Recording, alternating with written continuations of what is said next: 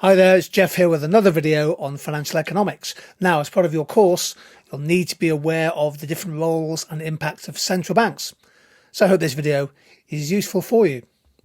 Central bank is the main monetary authority or main regulatory bank in a country, essentially responsible for operating monetary policy and, crucially in the broader context, helping to maintain financial stability. Big examples of central banks including the Bank of England, made independent in 1997, the European Central Bank for currently I think 20 European nations that have the single currency, the United States Federal Reserve, otherwise known as the Fed, and the Bank of Japan, which for many years has been famous for operating a zero or negative interest rate policy, particularly to try and counteract deflation. Now, central banks play a critical role in the economy by managing monetary policy, maintaining stability if they can. Here are 5 key roles they have. Be aware of these for your revision notes. First of all, they set policy interest rates, so they adjust monetary policy base rates, in theory, to help control inflationary pressure, perhaps to promote growth or maintain high employment. It depends on what the objective or the target of a central bank is. Central bank also has a regulatory function. They regulate commercial banks, for example, to ensure they're financially sound and also, of course, to protect the interest of savers, depositors. Central banks also have a key role as a general principle, as a lender of last resort, providing liquidity to commercial banks, for example, and sometimes other institutions at times of financial fragility, and thereby reducing systemic risk. That's the risk that the failure of one institution could lead to a domino effect, leading to much wider, deeper problems.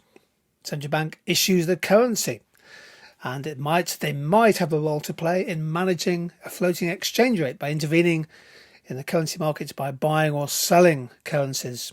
Depends on the exchange rate system a country has. And they also conduct research, a lot of underground work done to try and understand the economy, the forces underlying things like inflation and growth, the economic cycle. They provide advice to policymakers. The Bank of England's quarterly inflation report is a good example of that. The key role of the central bank is to set the base rate. In the UK, that's called bank rate.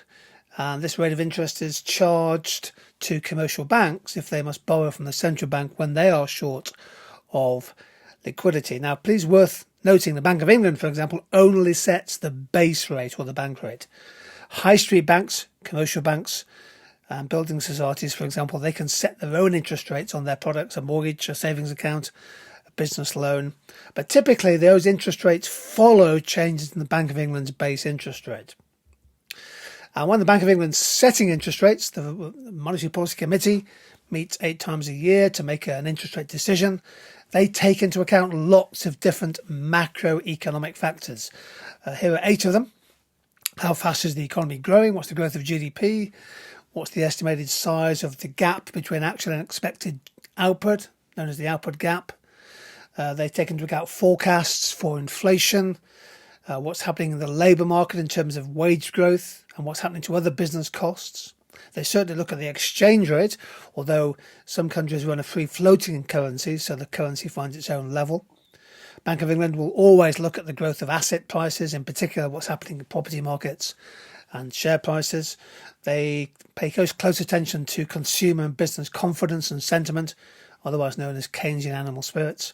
And they also look at all the external influences, the external factors affecting inflationary pressure, such as the global price for gas, for oil, for other commodities, what's happening to inflation in other countries. And they also look at the wider financial market.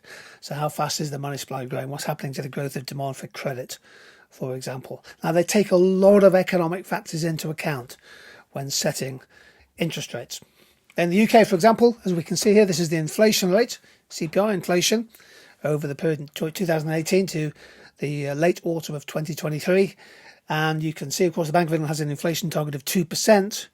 Inflation was at or below target for most of this period, but then, of course, started to increase dramatically, climbing because of the external factors, rising above 10% on average. This is a quarterly average.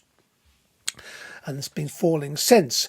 Now, one of the responses to that acceleration in inflation, of course, was an increase in interest rates. Central bank interest rate, the policy rate went up from 0.1% in October 2021 to 5.25% at the start of 2024.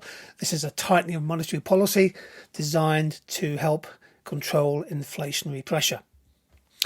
And other countries, other central banks have been doing exactly the same. So here's a range of central banks. You can see that in many countries inflation surged quite a bit. There was an inflationary impulse in 2022. Look at the third column. Those were the interest rates at the start of 2022. In some countries, the euro area 0%, Japan minus 0.1, etc. Well, by August of 2023, you can see that in almost all advanced and emerging countries, the central banks were increasing their policy interest rates, including 5.25% in the UK, 5.38% in the United States, 13% in Brazil, and the European Central Bank raising interest rates to 4.25%. Now, this chart's quite good. This shows the path of interest rates in a number of countries. In fact, interest rates even higher in countries like Brazil and Russia and Argentina and Turkey. But these are some of the major countries. You can see the UK is in there, rising interest rates along with the United States. Now, a second really key role of a central bank is lender of last resort. Let's just quickly go through this. Please make sure we have some revision notes on lender of last resort. So this is a key role that central banks play at times of particular and often acute financial distress. Often in moments of financial fragility, commercial banks are unwilling to lend to each other. You can get what's called a credit crunch. And we saw this happen in 2007, 2008.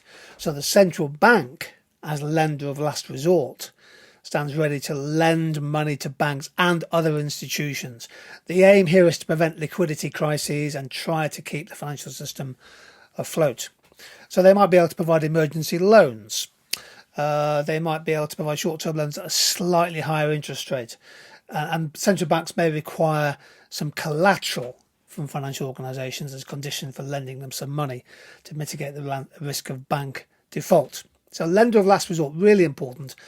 Seen certainly in three areas. 2008, during the global financial crisis, the US Fed stepped in to prevent the failure. They allowed, obviously, Lehman Brothers to fail, but Bear Stearns, Fannie Mae, Freddie Mac, the Federal Reserve stepped in to keep those afloat.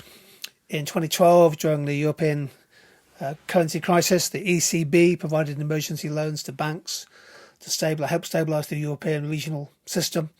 And in 2020, in the teeth of the pandemic, quite a few central banks around the world acted as lender of last resort. The Bank of England certainly helped provide emergency loans to UK businesses, along with the Treasury, and the Reserve Bank of India also acted as a lender of last resort.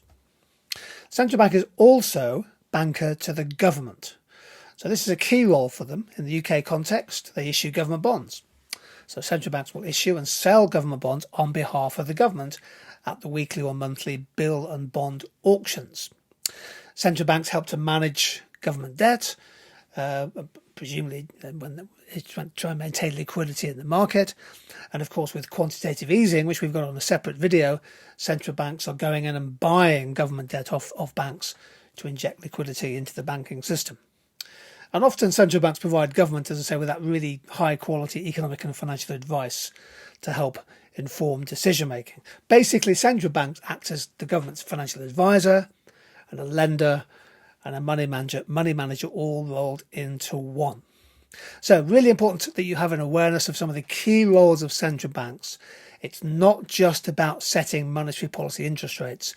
That lender of last resort function is definitely one to understand. Thanks for joining in. Take care and see you soon.